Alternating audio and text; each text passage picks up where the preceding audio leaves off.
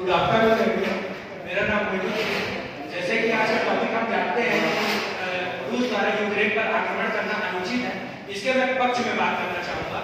और इसकी शुरुआत में कमर अंदाज के 2 पंक्तियों से करना चाहूंगा कि मत लड़ो आपस में तुम दो गज जमीन के वास्ते, मत लड़ो आपस में तुम दो गज जमीन के वास्ते, कहते हैं बूढ़े पुराने संत भी विश्वास थे, क्या वहां से लाए हो और क्या वहां ले जाओगे, कत्ल क्यों करवा रहे हो 2 गज जमीन के वास्ते।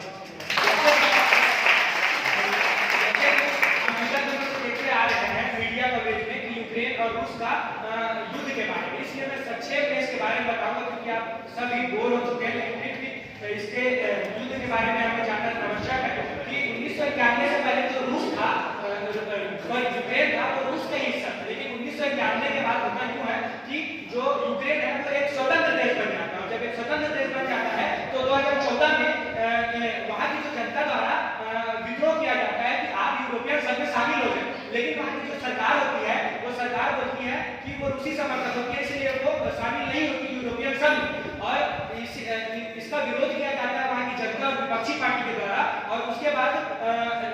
सरकार की तख्ता पलट होने के बाद एक नई सरकार आती है और जब नई सरकार आती है तो उसके द्वारा ये हामी कर दिया जाता है कि हम यूरोपियन संघ में शामिल हो जाएंगे। यूरोपियन संघ में शामिल होने के लिए दबाव किसी ने भी बनाया जा रहा था कि जो भी यूरोपियन संघ में शामिल हो जाता है उसे सतत विकास के साथ साथ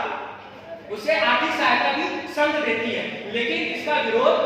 रूस कर रहा था। रूस इसलिए इसका विरोध कर रहा था क्योंकि जो भी यूरोपियन संघ में शामिल हो जाता है उसे नाटो की सदस्यता मिल जाती है। उसी के उपरांत 2020 में जो यूक्रेन है, यूक्रेन द्वारा एक नई सुरक्षा नीति लागू की जाती है और जब नई सुरक्षा नीति लागू की जाती है तो उसमें इस बात का उल्लेख किया जाता है कि हम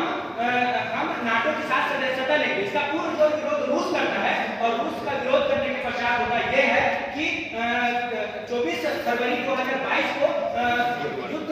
का आगाज हो जाता है, युद्ध रूस द्वारा आक्रमण कर दिया जाता है यूक्रेन पर। उसके पश्चात हम जैसे कि देखे हैं कि महामारी से हम उस समय झेल रहे थे और महामारी से उभर रहे थे और उसी के बाद हमें तीसरा विश्व युद्ध जैसा युद्ध देखने को मिलता है। तो मैं विपक्षी पार्टी से कहना चाहूंगा कि यह क्या नैतिक था? ये बिल्कुल नैतिक नहीं था। उसी के बाद मैं इस बात पर भी अपना विरोध दर्ज करूंगा कि हम जिस देश में रहते हैं वो देश महात्मा गांधी और महावीर की देश है और उन्होंने हमें हमेशा से सिखाया है कि हम अहिंसा और परमो धर्म और जियो और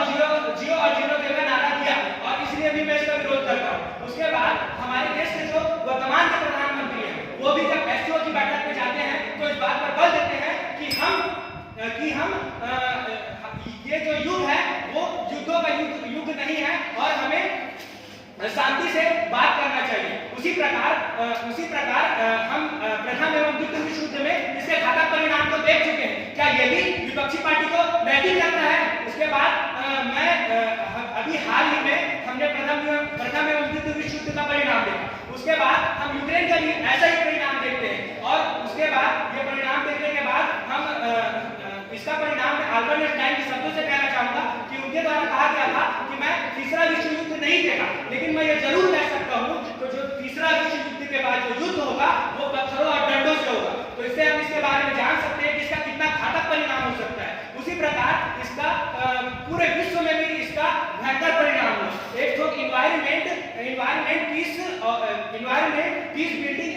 एसोसिएशन के तहत यह कहा गया कि हमारे पर्यावरण को अत्यधिक क्षति हुआ है। उसी प्रकार हमारे देश से भी